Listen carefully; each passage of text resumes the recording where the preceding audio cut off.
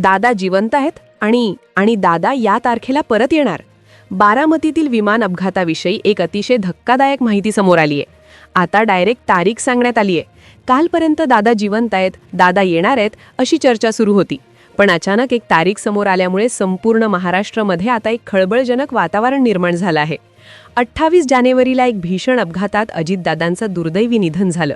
खरं तर लोकांना त्यावेळेस विश्वास बसत नव्हता, पण जसे जसे दिवस उलटत गेले जवळपास 10 ते 12 दिवसांनी या प्रकरणात दररोज वेगवेगळे दावे होत होते. पण आज अचानक एक तारीख जाहीर झालीय. या तारखेला दादा येणार.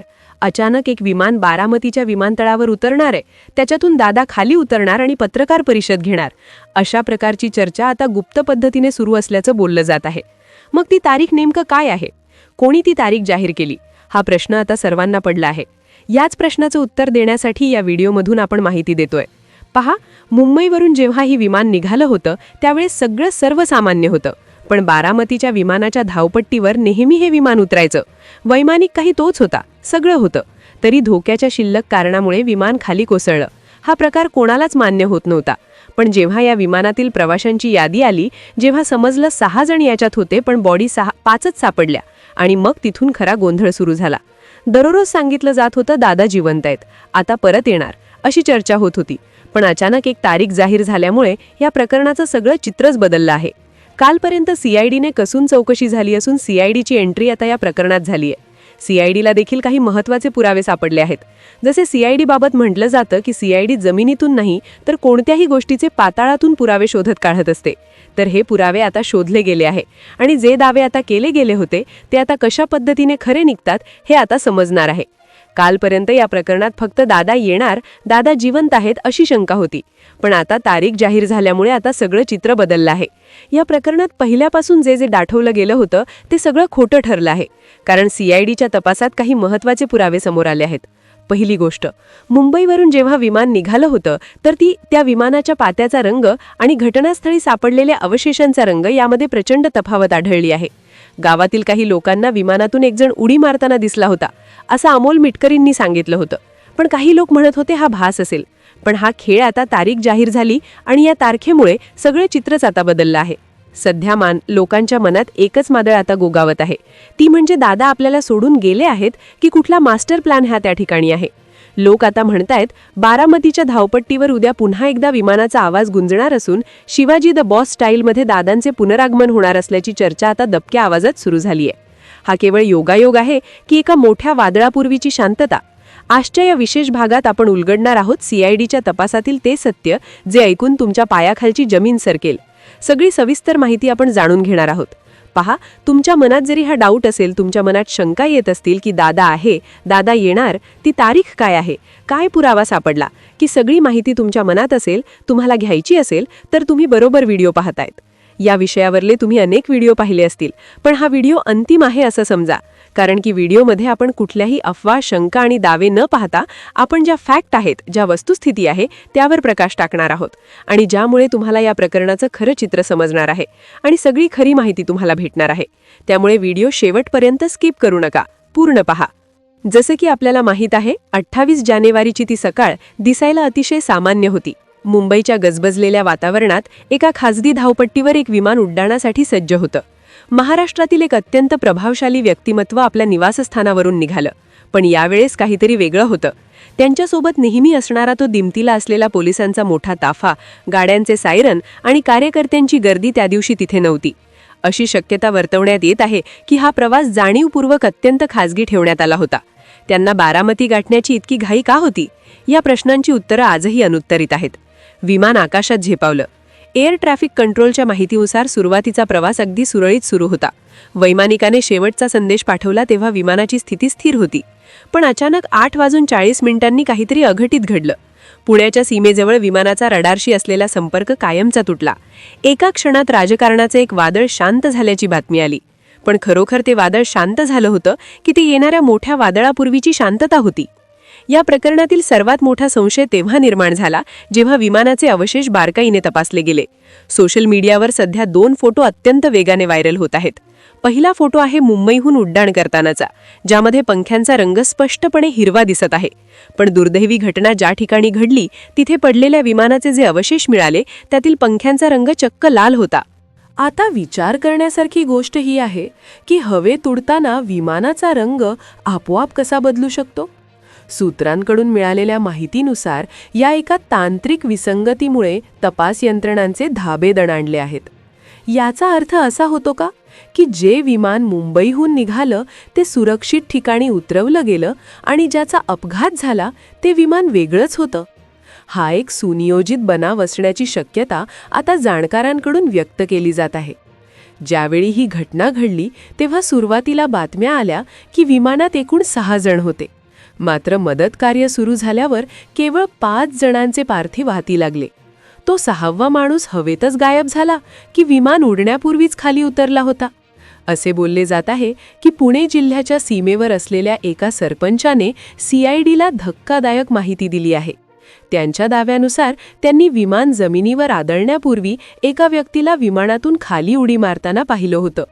जर ही गोष्ट खरी असेल तर ती व्यक्ती आज कुठे आहे आणि ती व्यक्ती स्वतः दावदा तर नव्हती ना. विमान तज्ज्ञ अजय परांजपे यांनी उपस्थित केलेला प्रश्न अत्यंत रास्त आहे.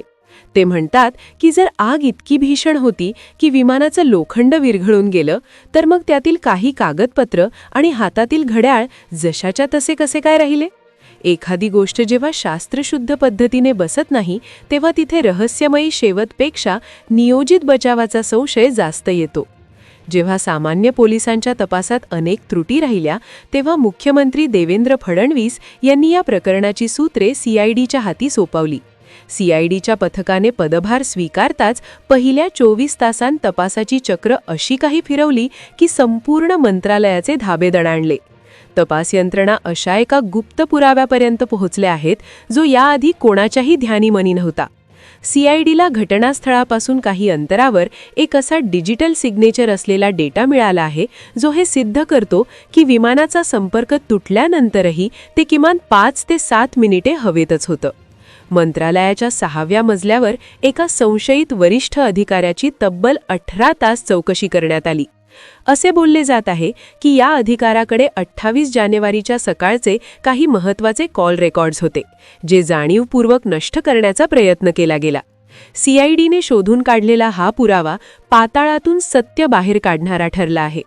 या संपूर्ण कथानकाचा केंद्रबिंदू म्हणजे दादांच्या हातात असलेली ती फाईल. राजकारणात चर्चा आहे की या फाईलमध्ये राज्यातील काही अतिशय प्रभावशाली व्यक्तींच्या भ्रष्टाचाराचे आणि बेनामी मालमत्तेचे पुरावे होते. दादा ही फाईल दिल्लीला घेऊन एका महत्त्वाच्या बैठकीसाठी जाणार होते. 12 फेब्रुवारीचे विलिनीकरण ज्यांना नको होते त्याच लोकांच्या पायाखालची वाळू या फाईलमुळे सरकली होती.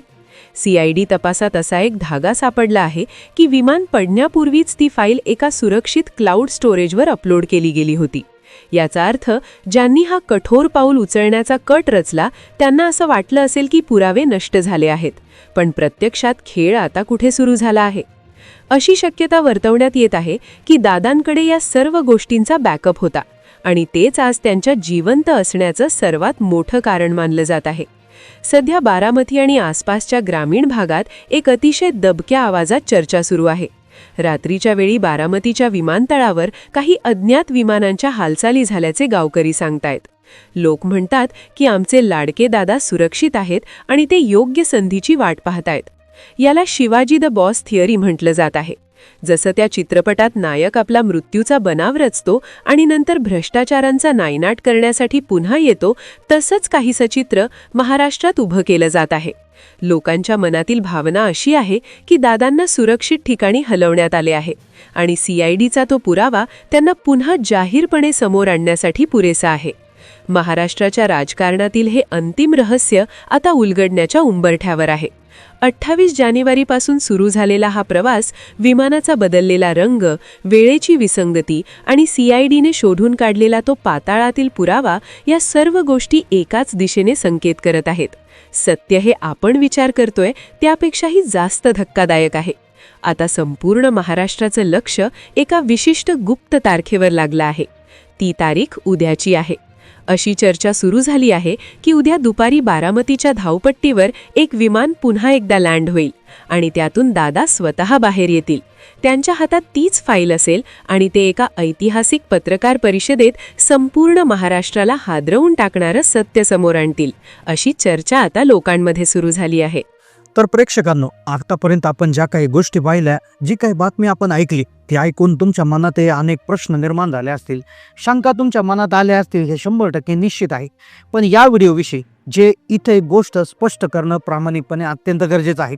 हा जो व्हिडिओ आपण पाहिला, या व्हिडिओमध्ये कोणत्याही प्रकारची अफवा पसरवण्याचा आमचा उद्देश नसून सध्या सोशल मीडियावर ज्या चर्चा सुरू आहे, CID तपासाच्या बाबत जे काही तर्क लावले जात आहेत, त्यावरून ही व्यक्त केलेली केवळ एक शक्यता आहे, जी आम्ही तुमच्यासमोर मांडली आहे. अजून अधिकृतपणे कुठलाही निर्णय, कोणताही पुरावा आणि कोणताही दाव्याला पुष्टी दिलेली नाही. त्यामुळे आम्ही कुठल्याही गोष्टीची पुष्टी करत नाही.